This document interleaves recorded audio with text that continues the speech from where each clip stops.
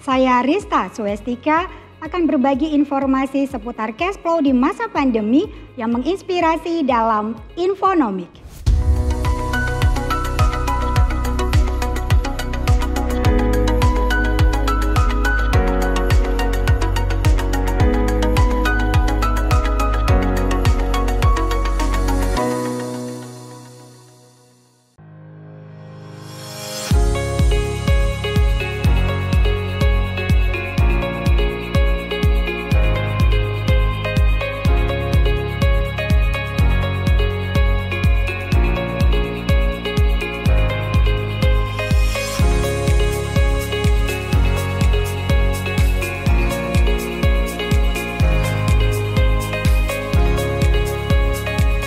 Merencanakan keuangan itu adalah sebuah seni yang memberikan kebebasan kepada kita, si pemilik uang, untuk mengatur uang, bukan kita yang diatur oleh uang. Dan merencanakan keuangan itu seperti maps yang mengarahkan kita untuk segera sampai pada tujuan keuangan kita. Sangat penting sekali, sama pentingnya ketika Anda bekerja untuk mendapatkan uang. Maka begitu juga bahwa uang itu harus kita rencanakan. Saya mesti informasikan dulu bahwa resiko itu adalah sebuah kepastian yang akan selalu hadir dalam kehidupan kita. Setiap manusia yang bernapas itu selalu berdampingan dengan resiko. Nah, resiko apa sih yang akan terjadi kalau kita tidak melakukan perencanaan keuangan dari awal? Yang pertama, sudah pasti uang kita akan mengalir begitu saja. Tidak tahu uangnya akan kemana. Kemudian yang kedua, kalau terjadi resiko, contoh dengan ada kondisi COVID-19 dari tahun 2020 sampai hari ini, maka kita akan terganggu kondisi keuangannya dalam skala besar. Bisa saja tujuan keuangan kita untuk menikah, beli rumah, pensiun tidak akan pernah terwujud. Jadi efeknya kalau kita tidak melakukan perencanaan keuangan dengan tepat, maka kehidupan kita akan menjadi sia-sia.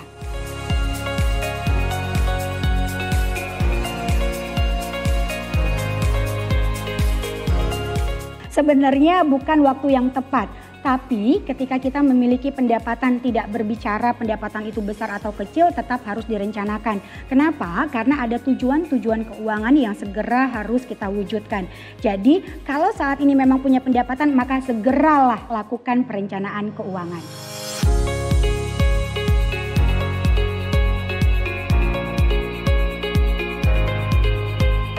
Mengatur keuangan itu bukan berbicara tentang seberapa besar atau seberapa kecil pengeluaran yang kita miliki atau pendapatan yang kita miliki, dan kemudian bagaimana sih mengatur cash flow tadi gitu. Yang pertama adalah ketika kita memiliki pendapatan yang 100%, banyak orang yang bilang 50 30 20, 50 20 10 10 gitu ya, banyak sekali teori-teori. Tapi yang tadi saya di awal bilang bahwa merencanakan keuangan ini sebuah seni yang memberikan kebebasan kepada kita untuk mengatur uang. Jadi disesuaikan, tidak bisa diambil patokan karena keuangan kita dengan keuangan orang lain itu berbeda. Jadi disesuaikan dengan tingkat kenyamanan kita, bagaimana caranya kita mengatur keuangan tersebut. Contoh misalnya, ketika kita punya pendapatan 100%, yang harus kita lakukan adalah coba di list dulu deh pengeluaran kita. Kemana aja sih setiap bulannya. Nah kemudian tadi karena ini adalah kebebasan kita untuk mengatur uang, maka apa yang mau kamu gunakan uang itu, maka di list aja dulu. Nanti tinggal lihat kira-kira ketika apa yang kamu mau ini sesuai nggak dengan pendapatan. Kalau misalnya memang tidak sesuai dengan pendapatan berarti ada yang harus kita kurangi atau bisa kita hilangkan. Tapi kalau misalnya langsung kita hilangkan tuh kayaknya kesel gitu ya. Udah uangnya sedikit, pengeluarannya juga itu udah itu aja, tapi harus dihilangkan kayaknya kesel. Jadi ada baiknya coba dikurangi pelan-pelan sehingga tadi paling tidak balance dulu deh antara pendapatan dengan pengeluaran. Bukannya minus gitu ya, lebih besar pengeluaran dari pendapatan, seperti itu.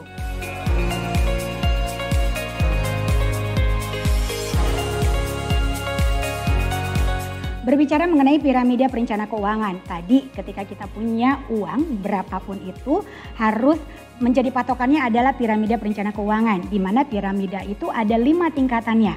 Tingkat pertama dan tingkat kedua kita sebutnya adalah keamanan keuangan yang terdiri dari tingkat pertama itu kita berbicara tentang cash flow. Artinya bagaimana cash flow ini kita buat sistem budgetingnya berdasarkan skala prioritas wajib, butuh, dan ingin.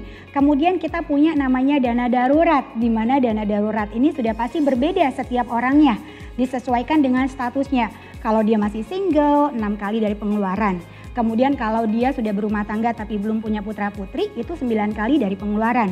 Kalau sudah berkeluarga dan punya putra putri, minimal sekali itu 12 kali dari pengeluaran. Boleh nggak kalau dana darurat ini kita hitung dari pendapatan? Boleh-boleh aja.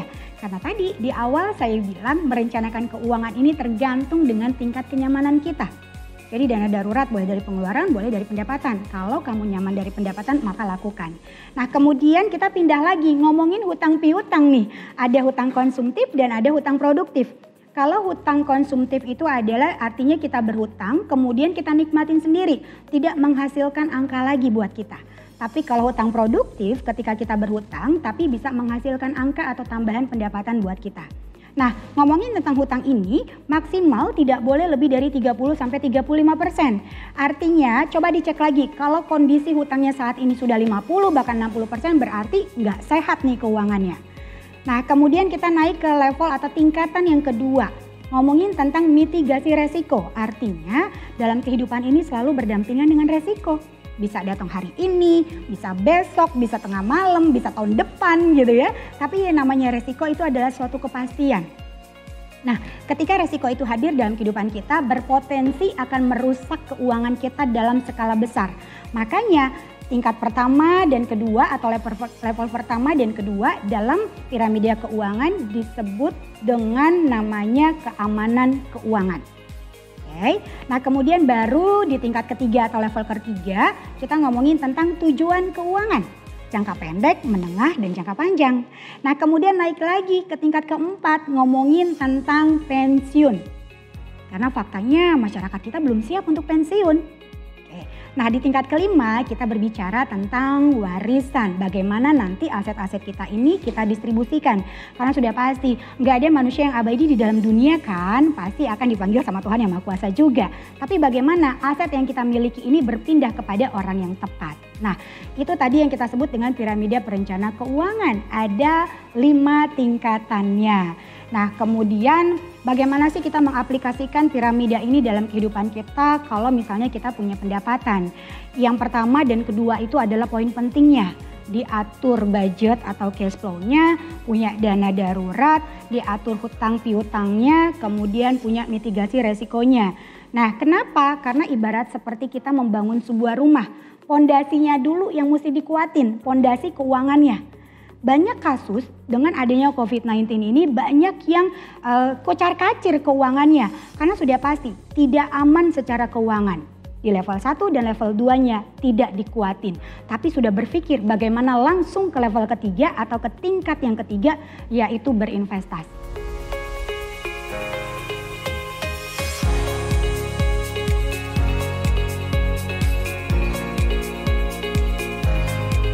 Nah, kalau ngomongin bagaimana sih mengatur sistem budgetingnya, yang pertama tadi betul sekali harus kita lakukan dulu financial check up. Apa sih itu financial check up? Artinya adalah cek kondisi keuangan. Nanti hasilnya akan ketahuan kondisi keuangan kita ini sehat atau tidak sehat. Kalau dia tidak sehat, letaknya di mana? Apakah tidak punya dana darurat, apakah tidak punya mitigasi resiko dalam bentuk asuransi atau BPJS, atau ternyata porsi hutangnya lebih besar.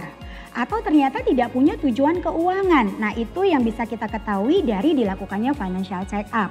Nah kalau financial check up-nya sudah dilakukan, maka kita bisa mulai. Startnya udah tahu nih dari mana harus merencanakan keuangan. Kita mulai dengan membuat sistem budgeting atau cash flow-nya. Gimana caranya? Contoh, kita punya pendapatan misalnya 5 juta nih. Bagaimana cara mengatur 5 juta ini? Tentukan dulu statusnya masih single kah? Sudah berkeluarga kah? Sudah berkeluarga dan punya putra-putri atau belum? Kemudian ada keluarga yang kita tanggung atau tidak? Atau dengan yang disebut sandwich generation. Pendapatannya satu tapi membiayai banyak dapur. Nah kita harus tahu itu dulu ya. Nah contoh lagi kalau tadi kita ngomongin pendapatan yang 5 juta bagaimana cara mengaturnya? Tadi di awal membuat sistem budgeting atau cash flow tadi harus berdasarkan skala prioritas. Wajib, butuh, dan ingin. Nah kategori apa aja nih yang masuk dalam kewajiban? Contoh membayar pajak, kemudian sedekah dan persepuluhan karena di dalam rezeki kita itu ada rezeki orang lain yang harus kita keluarkan. Dan manfaat dari sedekah atau persepuluhan ini juga melipat gandakan pendapatan dan rezeki kita. Oke, setelah itu yang dalam kewajiban adalah memisahkan investasi untuk tabungan ataupun untuk dana darurat. Nah, kemudian kalau misalnya ada hutang piutang itu juga masuk dalam kewajiban. Oke. Kemudian ada mitigasi resiko, artinya berbicara budget untuk mitigasi resiko seperti premi asuransi atau BPJS. Nah, setelah itu baru masuk ke dalam tingkat kebutuhan, artinya kebutuhan dalam rumah tangga atau kebutuhan pribadi sehari-hari. Contoh seperti makan, kemudian telekomunikasi, transportasi, biaya me time gitu ya. Karena ini juga perlu dibajetin untuk pengeluaran pribadi kita. Yang suka lupa adalah ketika kita merencanakan keuangan, budget pribadi dihilangin.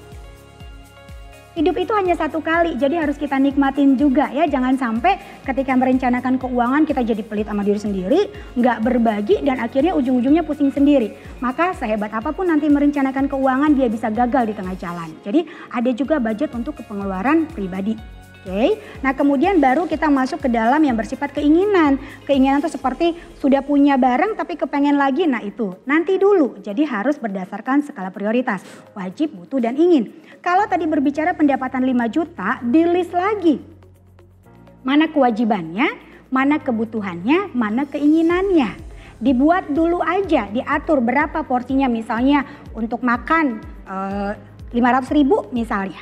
Kemudian untuk transportasi 1 juta misalnya karena jarak rumahnya jauh gitu ya. Kemudian untuk keperluan pribadi untuk me time dan lain-lain misalnya 1 juta. Berarti kan sudah habis berapa tuh?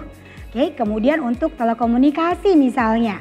Kemudian untuk berbagi atau misalnya untuk bayar hutang. Nah, coba dikalkulasikan. Kemudian lihat kalau udah dibuatin budgeting itu ternyata pengeluarannya lebih besar dari pendapatan atau minus gitu ya. Atau ternyata balance atau ternyata masih bisa untuk berinvestasi. Seperti itu.